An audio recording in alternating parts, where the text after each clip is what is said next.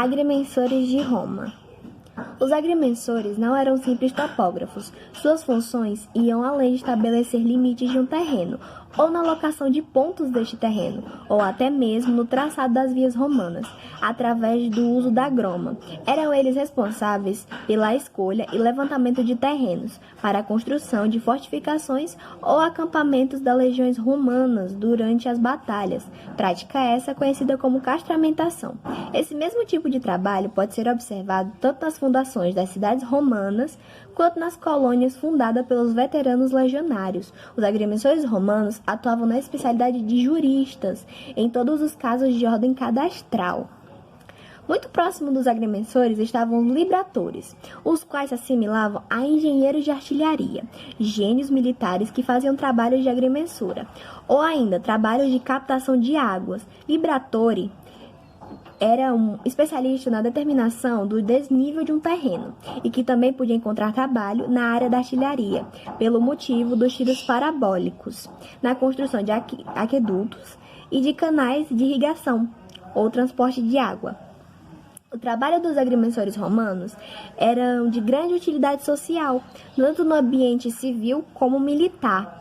Eles eram escolhidos pelo Estado devido aos seus trabalhos de cadastramento ser indispensável na determinação dos impostos.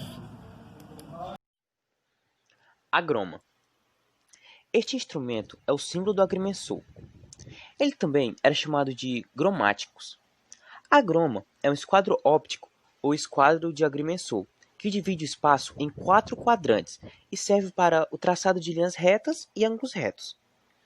A groma chegou até nós devido a 2 estelas funerárias, que nos deram uma ideia precisa dos elementos que constituíam este equipamento.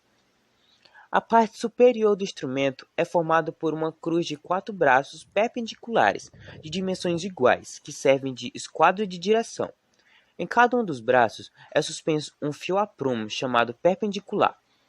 Este braço é fixo a um braço metálico que liga a um longo pé que serve como suporte do equipamento.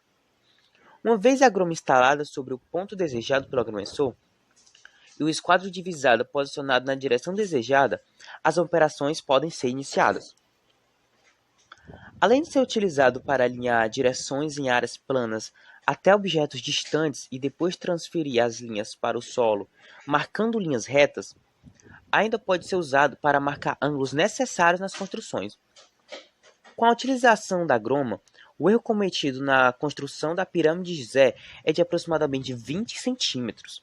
O comprimento dos lados da base da pirâmide tem um erro de menos de 20 centímetros entre seus lados mais curto e mais longo. Esse erro corresponde a menos de 1% do comprimento medido. O instrumento de levantamento groma pode ter se originado na Mesopotâmia ou na Grécia antes do século IV a.C. Posteriormente, foi trazido para Roma pelos etruscos com o nome de cranema ou ferramentum. Chorobate. Uma das únicas descrições do chorobate nos é feita pelo engenheiro romano Vitruvio. Esta é suficiente e precisa para que tenhamos uma ideia de como era este instrumento. A utilização do chorobate é bastante antiga. Este tipo de instrumento é tão antigo como os aquedutos. A construção de um aqueduto implica necessariamente um pendente regular, nem tão forte nem tão fraca, para que tenha um escoamento desde a fonte até o ponto de chegada. Um instrumento que permita a medida da diferença de nível entre pontos se faz necessário. O chorobate é construído de uma longa régua em torno de 20 pés. Nas extremidades dessa régua se encontram 2 peças da mesma dimensão, que são reunidas em forma de braço de esquadro. E entre a régua e a extremidade destas, 2 peças em cotovelo. Se existem 2 travessas fixas sobre o qual se traça 2 linhas perpendiculares. Sobre estas linhas estão os fios de prumo presos em cada canto dessa régua. Este fio de prumo, quando o equipamento estiver pronto para as medidas, vem encontrar perpendicularmente 2 linhas traçadas sobre as peças abaixo, fazendo ver que o instrumento está bem nivelado.